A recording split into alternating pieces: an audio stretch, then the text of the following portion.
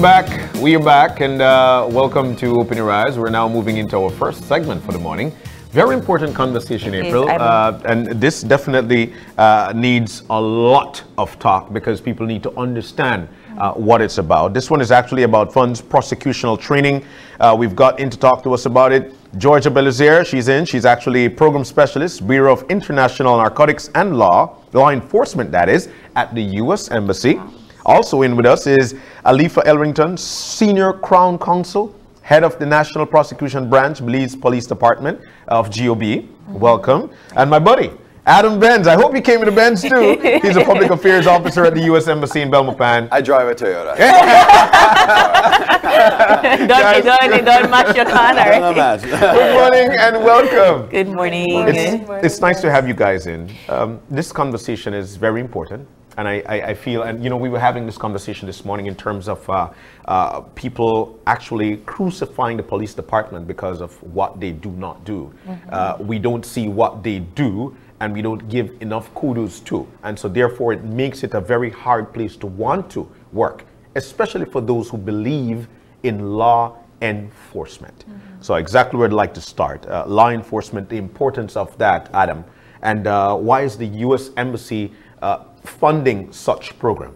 Let's talk about the program. Well, and Georgia will be the expert on this, but what I would say is that I would say that we do it because we are partners with Belize, and Belize asks for assistance, and there are a lot of opportunities for us to work together, and ultimately we are strongly committed to working with Belize to build a safer country and a better country, a country with better transparency and rule of law for everyone. And I can tell you that they've done incredible work, and this has not been just this one training, it's been going back for years. So I know, Georgia, would you like to talk a little bit about the training you just did? Let's talk about that. Yes. So prosecution is one of the program that we focus on justice sector. I designed justice sector programs, assistance program for Belize.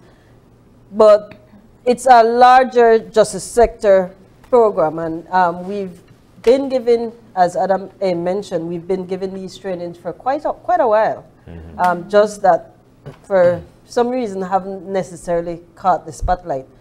The importance of it is, you know, for us to ensure, well, for the government to ensure that they are able to deliver justice. And Alifa can give more on what they do at the prosecution branch, but for us, we have a larger justice sector program, and it's not just necessarily prosecution we focus on the courts. We're giving assistance to forensics, we're giving assistance to the FIU, and we have some additional assistance to other agencies that are coming on the pipeline. You know, very important that we've got these programs, and I read from the press release from 2019, we've had much of these programs, which leads me to Ms. Alifa.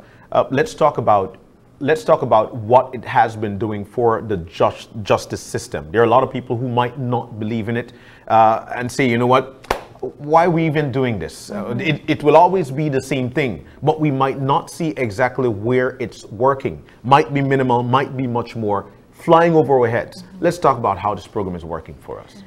So everybody knows what COVID did to our country over the last 2 years. And I came into prosecution branch just before COVID hit. So I came into prosecution branch in 2019. And even in 2019, I've been an attorney going on 15 years, I believe. So when I went into prosecution branch, I had 11 years of defense. So a lot of people would say, but a defense counsel? Why would a defense counsel want to go into prosecution? But I worked quite a bit in the magistrates court, in the family court, even in the Supreme Court and the other courts. But the heart of what the police department does begins at the magistrates court. I've said 10 times over, when I came in, I said to the commissioner, you have to remember, crime fighting cannot end at an investigation. It ends at the prosecution of the case, a successful prosecution. And I will say outright, a successful prosecution does not necessarily mean a conviction. It means that somebody's case has been brought to the court. The evidence in relation to that case has been led. Once there's a good investigation, you can lead the evidence. The evidential burden of the prosecution is met, and that person has a case to answer. That is the most important important aspect of it. If it is that we have a good investigation and we have a good prosecution, then there will be a conviction. Yes. Our conviction rate has been relatively well over the last years. We've increased, and we've increased it by programs like the ones that we're doing, by trainings like the ones that we're doing. I will tell you, I have prosecutors across this country. I have about 30 prosecutors across the country that we're responsible for. And you have some that have been prosecuting for 14, 15 years. Wow. They've spent their life at the Belize Police Department prosecuting.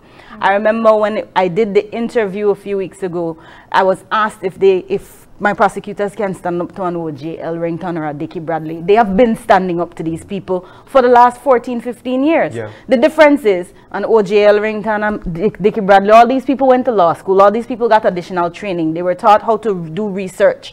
They were taught how to advocate. This is what my prosecutors have lacked over the years, the training. Yeah. I will tell you that my deputy, my officer commanding and my deputy will tell you their story. They got to prosecution branch, they were given a file. I remember my officer commanding said he was given a burglary file. And they sent him into court and say, prosecute this matter. This was his second day as a prosecutor. So what has become very necessary, what the commissioner has seen as necessary, is the development for there to be better advocacy. I remember saying to both my minister, the Minister of Home Affairs and the CEO, I feel blessed. I have 2 attorneys coming in. I feel special. I have 2 attorneys coming in who I have advocated in the magistrate's court and know what the deficiencies are. So coming in with a team like my minister, my CEO, the Commissioner of Police, they're all trained attorneys. So they have a different vision of developing prosecution branch to a point where we can actually provide justice for people. The heart of the criminal... Sorry, go ahead. No, I'm sorry to cut you off. I am like, I am taking it in.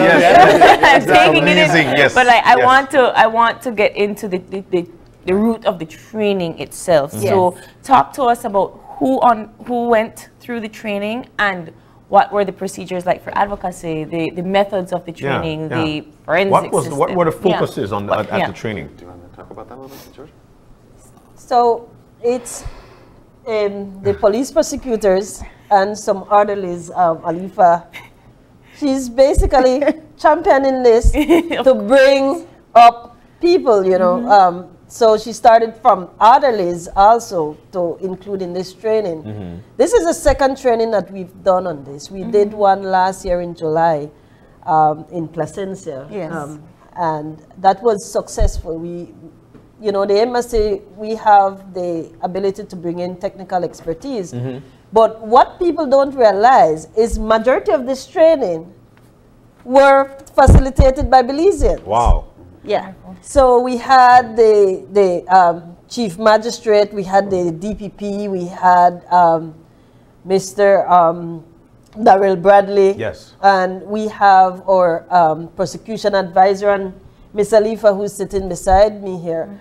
They facilitated this training. And for us, you know, having Belizean do that, that is big. Yes. You know, they're taking ownership of it. And that's very important in our programs that we design for Belize to actually have the vision, which they do have the vision. And for us to fund it, you know, we love funding those type of success stories. And, you know, we try to meet needs where people don't necessarily have that ability. And this is one of those great examples of that. As Alifa mentioned, you know, a lot of the police prosecutors, they love what they do. They love prosecuting the cases. And for me, as the program specialist, I got to actually see this training through, both of them, the one in Placencia and that. And it was amazing. I mean, you watch these prosecutors, you know, talking about what they do passionately. You know, and that's a side that Belizeans don't really see. You know, it's, I wish, well, we can't video it because we get into a different thing. But literally, you know, these are the success stories that that Belizeans need to hear that comes out of these programs. And I'll let Alifa go more in the training portion of it since she was one of the facilitators. But I mean, it's amazing. But just before we get to Alifa, Adam, you wanted to... Oh, I was just saying, again, I mean, Alifa will definitely say beautifully the different types of programs that we did and all the different types of training we did. I think we have to think also the impact, not just in the 40 prosecutors who are trained, but the potential this has for the country, right? Yes. And we're always looking at the long term.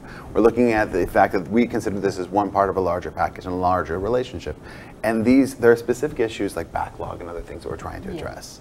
And this is going to help with this, and we are seeing results. Yeah. But again, this is not a one-time thing. As we said, this is a follow-up of a training we did last year. This is what we're going forward. So we're trying to say, we're partnering with Belize and having Belizeans be part of this process of doing this training to say, what can we do to make this better, and how can we work with you as your friend and partner to help you achieve this goal, to have the system that Belize deserves. And so, and with that, Alifa, please tell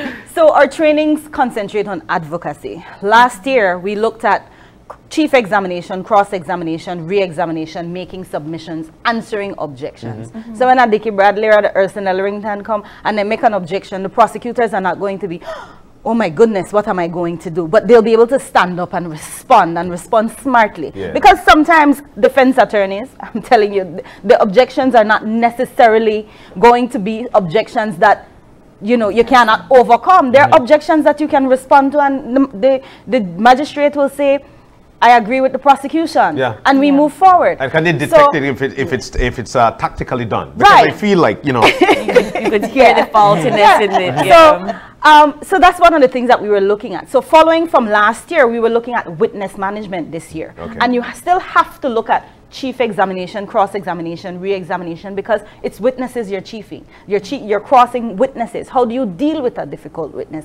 How do you get a witness to give you, even your witness, who may not understand that they're being difficult, but may have just forgotten? How do you get around those kinds of things? One of the things that Georgia said is that it was Belizeans who facilitated. Of course, my prosecution advisor, which we are very, very grateful for, he's not Belizean, but he has come and he has provided so much assistance for us.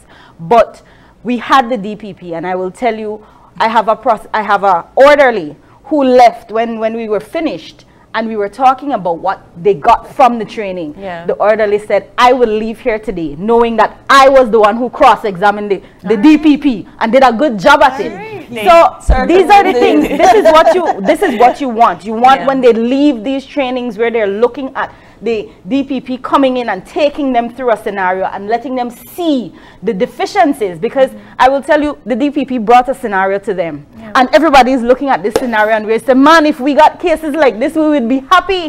But when she took them through, they saw the deficiencies. They saw what it is that they were required to do. She was able to allow them, or got them to see that you need to look beyond what is on the paper. You have to look at it from all aspects and get out what you need, plug the holes that you have, so that you can be a better prosecutor. So it was like Georgia said, it was an amazing training. It was a very good training. We are trying to create a succession plan. That is why we brought in orderlies. You have these PCs who are working as an orderly in court for years. They see this every day. When I sit in with my prosecutors, you would see one of them saying, you should have asked this question, you should have asked that question. So the need for succession, the need to develop persons from an orderly to be able to stand up in court one day once they get their promotion and they become corporals, the need for them to have the confidence to know that there is succession at prosecution branch of the Belize Police Department. Who is an orderly? Just to try and work it down. What's an orderly is essentially like a marshal in the court. That person is there to maintain order. So if you would go into court, if you ever go into court, you'd see that person usually standing between the magistrate and the magistrate and the defendant, to ensure that there's no issues.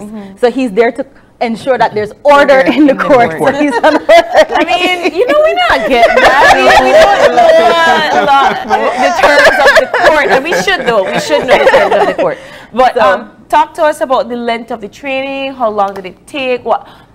the participation of the participants, the excitement. I feel the excitement from you, you know. I love the law. I'm very passionate when it comes to the law. Good. But the facilitators, like Georgia said, were the chief magistrate, the DPP. I will tell you, my longtime friend, and if you know my history, you would know that we've been friends for many years, Darrell Bradley. Yes. Darrell and I came through law school together, and we developed a friendship. And one of the things I will tell you, I say, Darrell, this is what I want to do. This is how I want to do it. And Darrell goes home and he puts it all together and come back and say, here you go. And that is what we do. And I was telling persons, he was away. So a lot of our communication was via Zoom or WhatsApp, where I'm saying, no, this is how I want to do it. This is the vision that I have for this particular training. Yeah. And we were going to bring in the DPP, you're going to bring in the chief magistrate, who is always willing to come and assist, because you need to understand the importance of what we do at the magistrates court. Indeed. So you have to be able to balance it off. You have to be able to say, yes, you have strong prosecutors worthy of going up against defense counsel. Yes. And therefore, there is actually a fair playing field when a case is being brought before a magistrate. So the chief magistrate will come in and the chief magistrate will say, you know, I have situations where you just completely forget this, or why do you forget this? And the DPP will come and tell you, listen, you have to get yourself prepared. You write down your questions. You write down what it is that are missing from your case, and you do it for every single witness that you have, so that you know how to plug up these things. And she made it even crystal clear that it's not every witness you have to call. You call a witness in relation to supporting what it is that you need to get across to the magistrate for your case. All this a lot of people don't realize the DPP and the chief magistrate love to train people. Yes. It is different looking at them doing training, but they love it. They're passionate about it, and they're good. Yeah. You know, they can get across it. And I always tell the DPP, man, it's different looking at you training. I mean, it's two great dynamics, looking at her in court and looking at her training. It's two things that she's passionate about. Because she believes in strengthening, especially those within that realm, so as to provide justice for families, which is exactly where I'd like to go. Yes. You know, a lot of people might not believe in the justice system, maybe because we lack this exact training. Families are losing loved ones. Families are telling you that, hey, we're losing loved ones for nothing. And we feel like we're not getting justice. You feel like the system has failed us. The system has failed us. And I'd like to go back once again to Alifa and try to bring families into the buy-in. Because in order for the police department or for the justice department to work, there has to be a marriage between the people and the department. Agreed. Primarily. So why should I believe in what this training is actually doing for the Justice Department? Because, like I said, advocacy, it's not just walking into court and saying, well, this is my case and this is how it has to, how you should rule. Yes. Advocacy incorporates all of it. And this is why, when I said to Darrell, I want to do a training on witness management, you have to understand that it's a family you're dealing with. When you have a virtual complainant who comes, whatever their issue, when you have somebody who has gotten harmed in a particular way, or when you have somebody who somebody stole something from them, or they broke into that person's house, it is a family you're dealing with. You're dealing with people who have experienced trauma, and therefore you have to be able to understand that. And one of the difficulties that we've had is that COVID has been really, really severe on the prosecution. And we haven't seen that. Because of the delay. So some years ago, there was an attorney who said, justice delayed is justice denied. I'm almost certain it was my father, but I'm not too sure. But justice delayed is justice denied. Yes. And you're going to find that some people feel like that is what has happened. But we're not looking at it from a holistic perspective that COVID has really caused a lot of delay. So it all moves into, and Georgia is saying we're doing all of these programs, and the programs is the entire criminal justice system. And you're looking also at the backlog. You have to understand that that's a part of it that has affected us. So when you're dealing with a witness who is fed up of coming to court, I've come here 20 times and I can't get no justice, because you have to know, how do you deal with that person? How do you assure that person, you know what, we understand what you're going through, but just give us an opportunity to take it one step further. One of the things the DPP said to the prosecutors is that I keep my witnesses close to me, you know. I keep them close to me. So this is what has to happen. Witnesses have to feel like their prosecutor is acting for them. And exactly. Sure, Adam. And I just want to say, since Alifa touched on the backlog, the MSA is also partnering with the prosecution and also the court on a backlog reduction program, which started in 2018. And it started long before 2018, because we started off with the bringing in people to assist Belize with the technical expertise to make a criminal procedure rules, which was in 2016. And after that, we moved into case management, you know, training, implementation. And right now, we're actually full-fledged of the backlog reduction program. We've had several iterations of that, trainings, meetings, you know, bringing stakeholders together to talk about it. They did the stock taking between the courts and the prosecution to see what cases we have, and they started to move these cases out. Since April to June, we had 14% of those backlog cases moved reduced. And those are the success rates that people have. So this prosecution training it helps, because cases need to be expedited for justice to be done. And this is, as I said, we're not only on just with the backlog, we're also assisting forensics, which is part of the larger criminal justice sector. We're also assisting the FIU in their investigative portion also, and soon to start with them, civil asset forfeiture assistance with the FIU to bring that on board on their department. But the justice sector, you can't watch it on only as prosecution, because prosecution is just one part aspect of it, of the justice sector. So when people are talking about, oh, my case take too long, it starts from arrest onto adjudication, and that's the entire criminal justice sector. Adam? I think it's actually a really great point that the fact we're having this conversation today, I think, can change people's minds. And I think this is why we want to be here today to talk about this. Because in the end of the day, I understand, it's completely understandable when someone has lost a loved one, why you can believe the system has failed them, and why you can believe that things are not getting fixed as fast as they can. And often it's hard to hear the changes or the improvements that are happening. And I can tell you as a person, I'm a trained lawyer.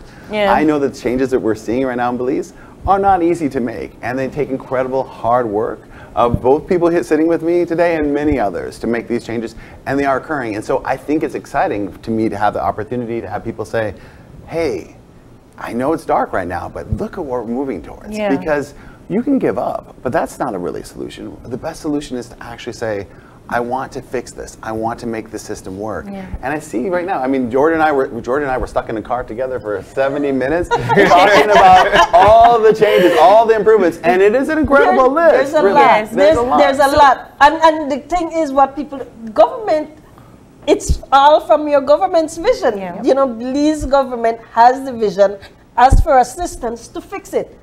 And so the Belizean people have to know that. They have to understand. But fixing or assisting in moving stuff through the criminal process and correcting some of the bottlenecks takes a while. So we're moving towards that, and I'm telling you, it's exciting within the criminal justice sector, because we have stakeholders buy-in, we have people excited to move these cases forward. So then let me ask you this then. What is one thing that you think your participants took away from this training? One thing that you know will stick 100% for the rest of their lives? That they need to go in, when they're looking at their cases, they need to look at it from two perspectives. They need to look at it from the perspective of a defense counsel coming in and looking and finding the gaps in your case. then they need to go back as a prosecutor and plug in the gaps. Yeah. I think that is what most of them said, I believe, Yes. when we finished the training and we were asking that question. But they've learned how to do it from a different perspective. You have to really look at it and understand your case. Understand what it is that you're going into court to lead evidence for. What it is that what story you're going to create for the magistrate to understand and follow you before you can actually prosecute and get a successful prosecution. Yeah. Because that's what it is, you know. I have to tell the magistrate a story.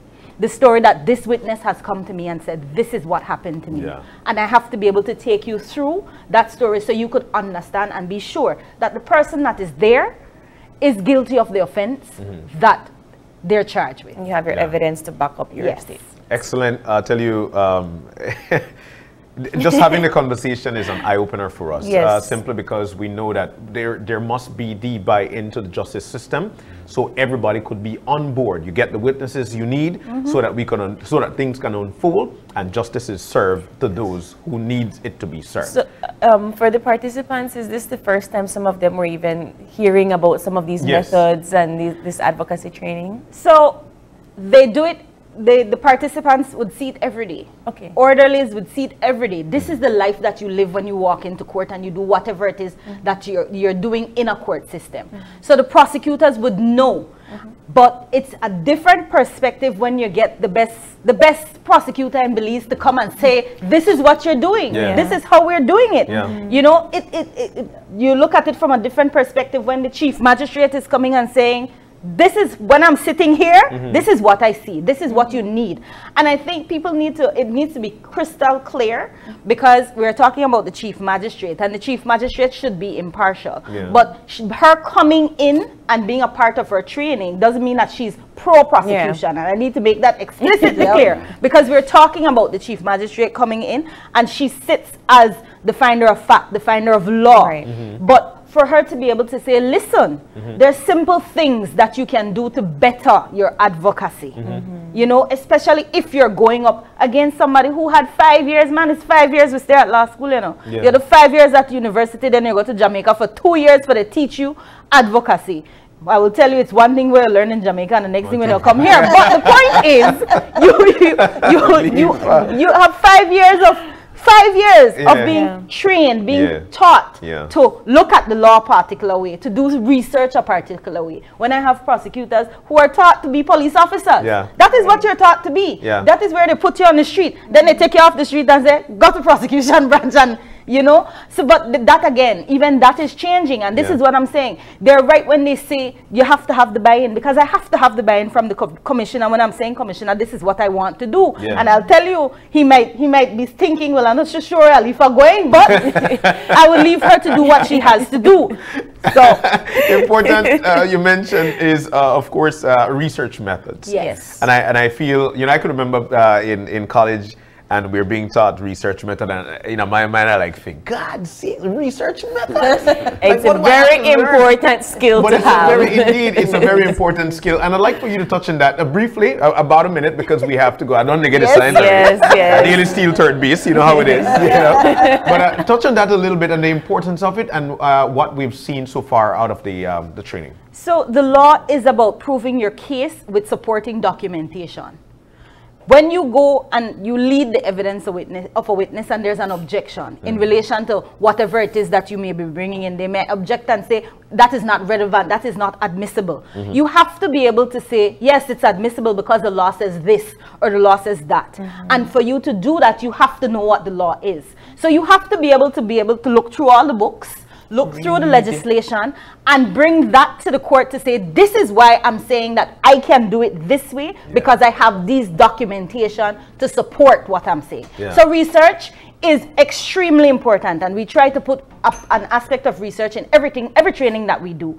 Understanding what it is that you're looking for, what it is that you're going to find to support your case. You can't just bring the case and can't explain to the magistrate what the case is saying. You have to be able to say, these are the reasonings coming out of this case, and this is why I'm using this case to support my argument. But one thing before we go, what I really want to say is it's very important that we have the support of the United States Embassy, the United States through the embassy, because I will tell you, my dream for prosecution was made what it is because of a simple conversation I had with Georgia at a completely different training. I'm saying, Georgia, this is what I want to do. And Georgia said, well, let's do it.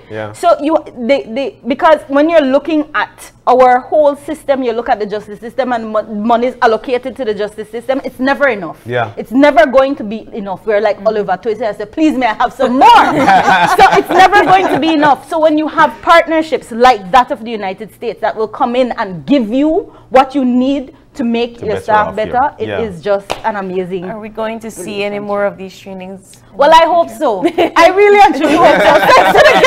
I had a question for Georgia. Anything else in the pipeline? Certainly. We would like to see another iteration of an advocacy like this again for them.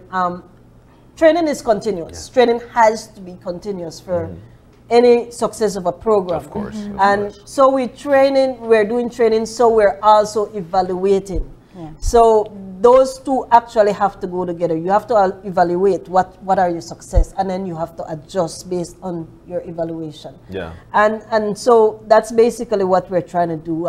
We've always are willing partners with the government of Belize to facilitate trainings like these, especially when we have partners who are, as passionate, and also excited to move these stuff forward. We need those buy-ins. We need, and we have it. We have it here. We do. And that is very critical for our programs. And for the larger justice sector, we will continue. We have in the pipeline curriculum development, a curriculum development program for the prosecution branch. We have a train-the-trainer component of that, where we're going to train police prosecutors to actually be trainers, so they can actually deliver some of these training themselves as police prosecutors. That's right. We're also doing a curriculum development for the magistrate court, also to better prepare them in their line. And we're also going to have a train-the-trainer component for that. We try to do train-the-trainer component for all our programs, because to the end of the day, we have to, our funding can only go so much. And we have to build that sustainable programs. We did that for forensics. And I'm telling you, forensics actually train police how to do evidence collection. They train other agencies, because not all the time they're in a position where they can call the scenes of crime to collect those evidence. And so sometimes it's the police officers who have to do that. But they have to ensure the chain of custody is there, the collection is at, to standards. And so they're doing that based on trainer component that we've done, and we're also giving them Adam, final words. I can definitely say that the commitment between the United States and Belize is not going anywhere. We are, what we say, in it to win it. We are as excited. We are so excited about these progress, and we're so excited about all these things we're achieving. We're going to be seeing more of this coming ahead. And I know that when we look forward, I mean, at the end, I don't want to say the word ride or die, but I would say it's not inappropriate. We're going to make it. We're making a difference, and we're going to keep doing so. All right. Thank you, guys. Georgia, Alifa, Adam, thank you so very much for joining us this morning. Thank you for having us. Conversation well received. I mean, we could have gone more, but we have on time. Yes. All right. Well, we got to take a break though, and when we come back, the next conversation, a very important one again. This one is going to be with the director of Monarch Counseling and consulting will be joining us to tell us about the prevention of suicide. It's a very important conversation. We'll have that when we come back. Stay with us.